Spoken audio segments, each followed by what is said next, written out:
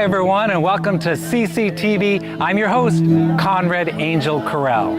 Today is the second Saturday of the month, and that of course means tonight is Art Walk Saturday here at the Perez Road Art and Design District. Join me as we visit a few galleries, meet some of the owners, and hopefully meet an artist or two. It's Art Walk Saturday, and you too can do this. So there are about 15 or so different galleries that are here on this evening, and we have walked in today to the Jeffrey Spakes Gallery, and where I'm joined here by the artist and the gallery owner, correct? Correct. So you mentioned that art is living, I think you said just a few seconds ago, and so let's talk about this piece of art here. So explain to us what this is. About 20 years ago, a flash flood buried my steel supply, and I was lazy. I didn't unbury it. It was covered with sand and all this stuff, and I didn't need it right then. So when I finally needed it, it was for a show in San Bernardino. When I uncovered it, the top piece was gorgeous. And what I discovered was how to create something like this. But in doing this, I realized that I've created a piece of living art because it continues to grow. Oxidation is alive. It's a process. And so these are alive. They continue to grow. They will get thicker throughout the years. So I do notice that there seems to be somewhat of a wave or a bulge or a growing in this section here. That's the alive part. Yeah, all of it's alive. And what I do is I put a skin over it, and what's underneath the skin is alive. And do you feed it? Yes, I feed it. How do you feed it? I call it feeding. This one's due for feeding. When they've absorbed everything and I can start to feel a little lightness, maybe a little color, then it's time for feeding. And feeding is where I get into every little nook and cranny and just get the fluids underneath in it, saturated with it, and that's a good feeding. And that's. So are you spraying it with water, or are you spraying it with an oil? What's keeping it alive? Air. Air. And the feeding is some kind of water that you're putting on it? Oh no, it's a very expensive top coat. Yeah, and it has a rust inhibitor in it, of all things, and I'm growing rust. But there's examples of this on a house on Via Las Palmas where it's actually grown to be an inch thick. Is that right? About 16 years. Okay, so this is the piece of art that when I was looking at the growing art over there, it was dancing in my eyes over here because it's such a beautiful look. So tell us a little bit about this. Okay, this is a total different medium. This is aluminum. That's mild steel. This is aluminum. And I like to do holograms in aluminum. It's just something I do. And these are created by putting a holographic image on the aluminum. And then I have a special table that I created that has a 175,000 BTU motor to run the heater. And I turn that on, and then I put the color on. And are you heating it from the bottom, or are you heating it from the top? From the bottom. Yeah, now this is beautiful. I could see definitely kois because at one time I had koi pond in my backyard. And so why don't you tell us a little bit about how this design is done? Well, this is what's underneath that color. Oh, so is that right? This okay. Is what I would do to the aluminum, something like this. I can put in anything. I can put you in there. And then I put my colors over it. What I try to do is do layers, layer it up. And this is the first of my koi series, and I'm really having fun with this. And I think they're just going to be spectacular. This one's going to remain mostly silver with just touches of color. So when you're at the Art Walk, you get to go from gallery to gallery, and we are now at the Simeon Den Gallery, and I happen to also be with the gallery owner, who happens to also be an artist.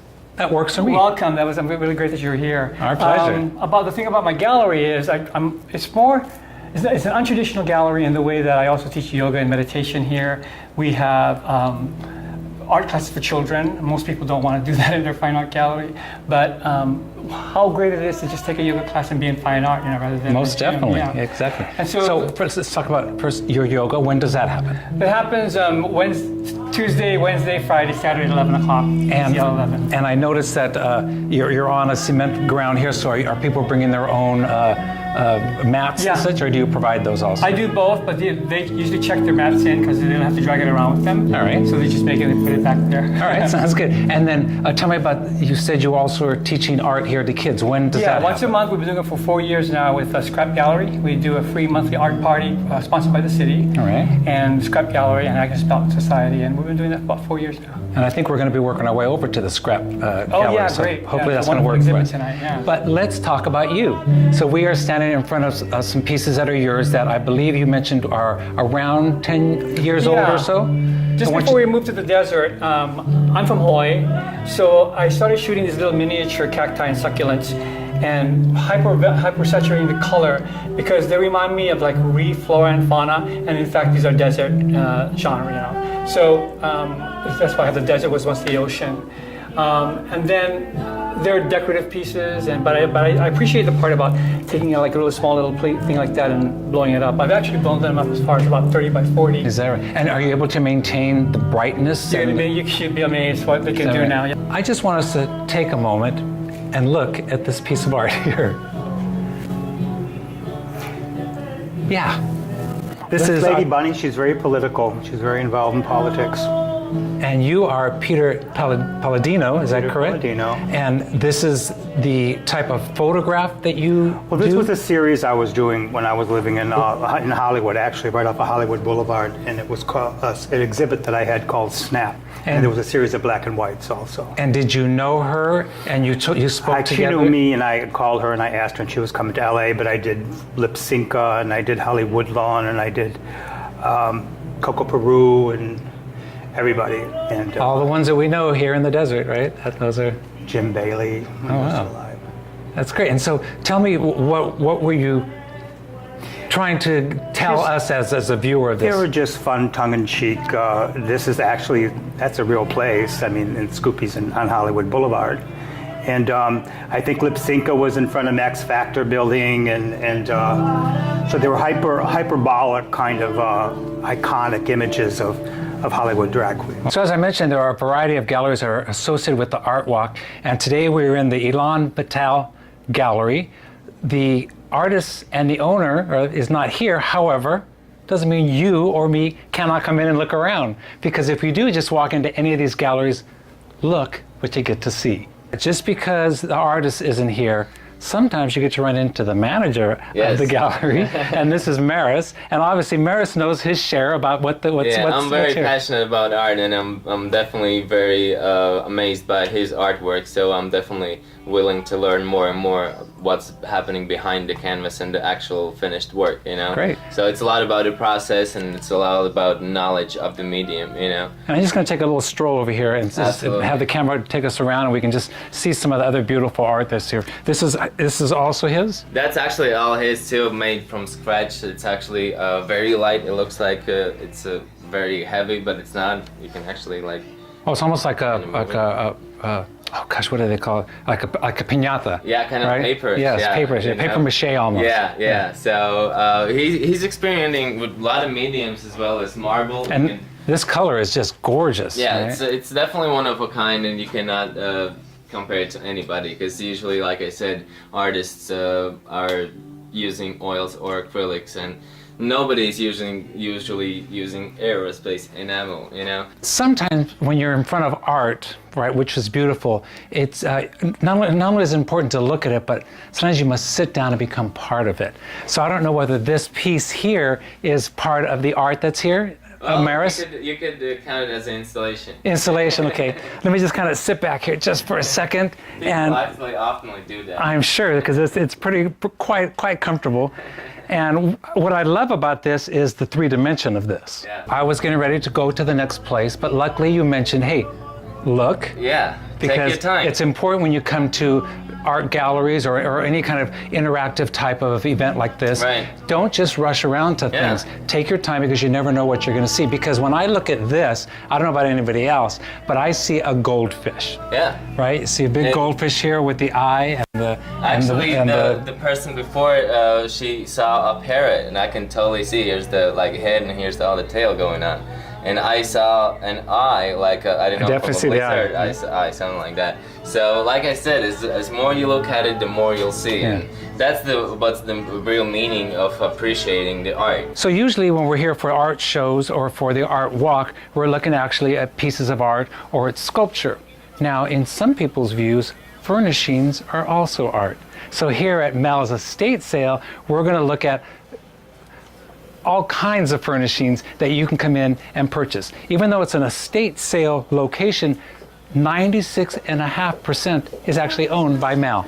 Let's just take a look. No, I'm looking, but this one's not, but if he's open. I just went to my 40th I wish I could tell you. my 40th high school reunion, and we are Panthers, and there you have it. Somehow there's charisma. It goes, what do they call it? Not charisma. It was meant to be. I just go that way. That's easy. Come on down this way. Look at this piece here. I don't know. Serendipitous. Serendipitous, that's the word I was looking for. I don't know why I would want that, but that's pretty cool. It's pretty interesting looking. And I just read the other day that when Jack Benny used to live in the desert, and he lived over, I forget what street it is, over in Palm Springs, rumor has it that he actually put one of these out front of his house so that if anyone parked there, they had to pay for it. True or not, I don't know, but I'm spreading that rumor. So I didn't know this, but do you know that you can come here on Perez Road and actually be taught art? And we are here at what I understand was the first studio in the Perez Road area. Is that correct? Yes. This is Dana Swanson Patel. She is the owner and also one of the artists who does gemstones and art and such. Is that correct? That's correct. And the name of the studio is Datura Art Studio. Yes, that's so correct. tell us a little bit about you and being the first one here. So I came here to the desert in 2000, and in 2007 I went to school to be a jeweler. And when I graduated in 2000, in late 2007, I decided to open up this space to be able to make jewelry and share that with the public. And I opened this space in October of 2008, and I was the first here. There were no other art people here in the plaza. And since then, we started the space as an art school.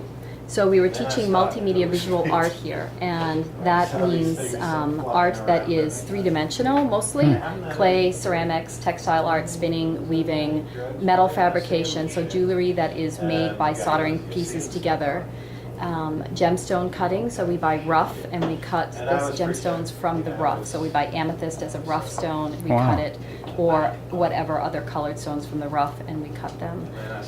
And we teach children and adults here. And so how does someone find out to know that this is actually happening here? We have a website. And what is the website? We had a website, it's daturaart.com. Tell us a little bit about this piece here. So this particular piece here is a hand-forged fine silver cuff bracelet. And this starts off as a flat sheet of metal, and it is hand-hammered all the way until it receives this shape. It doesn't look like it's been beat up, though. No, it does not look beat up, and it's highly polished. It's beautiful on the inside as well. It is as beautiful on the inside as it is on the outside. So, and that's one of the wonderful things about making jewelry. Special care goes to the inside, you know, also as it does to the outside. Yes. If And you may I notice- hold that? Yes, of course, please do. Oh, it's not heavy at all. It's not real heavy. It's a really nice weight for its size. It's not too light, but Very it's not beautiful. too heavy. It's really, really beautiful. We are moving along here at Art Walk here on Saturday. We are now at Colliding World Fine Art, and I'm joined on my right-hand side by Angela, who's the owner. Thank you for joining us here. Welcome to Colliding Worlds Fine Art. Thank you for having us. I'm Angela Romeo. This is my gallery. We've been here a little over a year, and right now I have Ben Jasper Part 2, and we had a showing of his abstracts, and now Ben has his collage work here. And Ben lives in Cathedral City, and he can tell you a little bit more about what he's doing. All right, Ben. Makes him tick. Yes. Talk to me, baby. Talk to you. Yes. Well, as you can see, I'm a painter and a collagist, and I work from a studio in my home, and I've been, doing those things for more than you want to know. Is that right? And so have you always been in this type of area, this kind of collage, or are you? Well, I do both paintings and collages, and I work in series. And the series lasts maybe 7, 8, 10 paintings. And the same with collages. As you can see, there's some that are related to each other. And then I move on to another series. And there's a relationship between the series. I don't just jump from one thing to another. I mean, I have a relationship. And I cannot work without seeing something. So I have, whatever I paint, I have seen somewhere along the way in my life. So let's talk about this piece right here, since it's right here between us. Tell us a little bit about this. Well, it's called Autumn Fields, and I'm originally from Iowa, so I have a lot of interest in the farmland and the atmosphere there. So let's go over here and let's look at, for no particular reason, I like the color combination of this one. Why don't you tell us a little bit about this? All right, well, again, it's from a garden, it's called Floating Garden. And I lived in Japan for 20 years, and of course, got introduced to many, many gardens. Japanese gardens are world famous, of course. They're very natural, but they're also very highly regulated. And that's what I liked about them, because I could relate to that regulation. And if that regulation, I think, comes out in my work, as we see this one and this one and this one are all gardens. And tell me about this, about the paper that this is on. It's Japanese paper, handmade paper. And Japanese are world famous for their handmade paper, of course. Each piece is made by hand, one at a time. Well, thank you very much for sharing your work with us. My We pleasure. greatly appreciate it. We are working our way through the various galleries. We are now here at Trenz Gallery with the owners, Roger Layton, who is also an artist. We're going to talk about his art in just one second. And Vern Chapin's. Chamness. Darn, I was so close. Chapin's. Thank you guys for having us. Chapin's. We'll go with that from now on. No, we'll go with that. Thank you for having us here tonight. Okay. So why don't you tell us about how long has the gallery been here? The gallery's been open almost a year and few months. Yeah, and we moved from Dallas in here.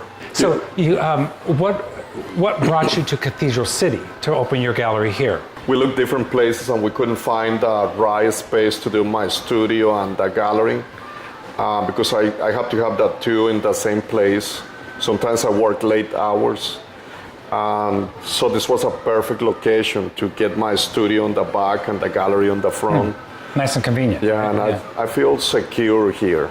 It's kind of nice. And then there was also the emergence of the area as other galleries were moving in, and so it wasn't like we were the only gallery that was in this area. Right. And so that kind of helped, make our decision as well. It's a mixed media, and I did some of these. I did some angels and some they are not angels, but this is a tough technique because you have to sand and use the chisel, and all of this is chiseled by hand. So is this a full piece of clay or cement, or is there like a bedding inside of it? No, this is concrete. So it's concrete. Yeah. So, but wow. After you do it, you start chiseling the piece. So I'm going to move from Roger's art to another artist that we have here today. His name is Brian Boomenshire, and we're going to go over to our left. So one of the many beauties of coming to a gallery is that you're not just going to see one artist. We just saw Roger, who showed us a couple of his pieces. There are some other pieces also, but we're going to talk now about this piece here. This is artist Brian Boomenshire. Is that correct? Shine. Darn, Boonshine. It's okay. Thank you for joining us here and talk to us a little bit about your art here. This is a new collection for me. I had put together a more graphic, colorful, bold shapes, geometric shapes, using also a balance of neutral colors as well to balance the bright, bold colors. And the influence is really Palm Springs and the Valley. The fact that the architecture, the mid-century architecture, and just the colors of the desert and the history of this valley. And how much longer will you have your art here, or are you moving your art from place to place? No, this is actually. Do we have a scoop here, or is this your first time? This is it. All right. This is it. You're seeing it for the first time. All right. So come on down and take a look. So we moved just a bit off of Perez Road up to Highway 111, and we're here at S.C.R.A.P Gallery with the Executive Director, Karen Riley. Thank you for having us. Thanks for coming. So this is a lot of stuff. Yes. Talk to us about this. Yes, this is our exhibit about coral reefs. It's called Against the Current, and we're talking about why coral reefs are important to our environment, even if we live in the desert.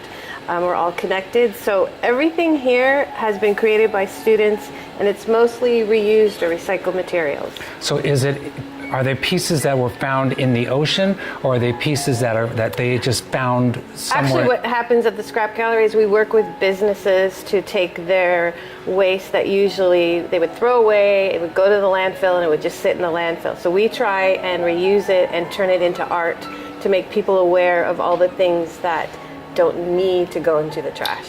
So at one time or another, viewers, you threw some of this away, and someone brought it back and going to make some art out of it. That's a good thing. Yes. However, they don't need a lot more. So no more throwing things away like that, right? Exactly. Try and reuse and Try to recycle reuse. as much as you can. Yes. So let me ask you quickly about, so it must have been dirty at one time, meaning it was in the trash or it was something, so the people you get it from, they clean it and give it to you? How does that work? No, usually what we do is we go to a business and we talk to them about what we do and what the things we're looking for. So before they throw it away, we say, oh, we can reuse that. And they save it for us and we go get it, and that's usually how we work. And so how many students come in? Let's say this is a very large project. How many students came in and worked on this? Or is it growing?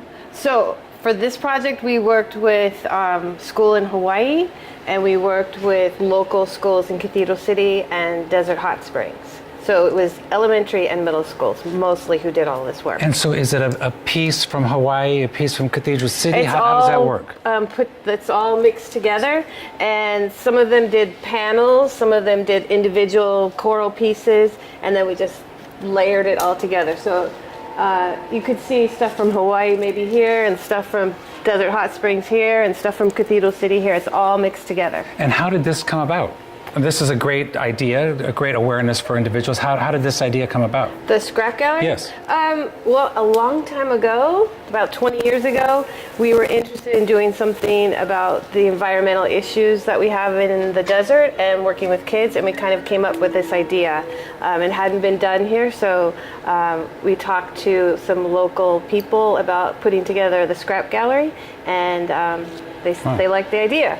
They thought we were crazy at first because we want to go through your trash, but when we kind of explained what we wanted to do, they bought into it. And there is art everywhere, right? So even though it's in the trash, if someone has a thought, you have to look at it in a different way. Yes, exactly.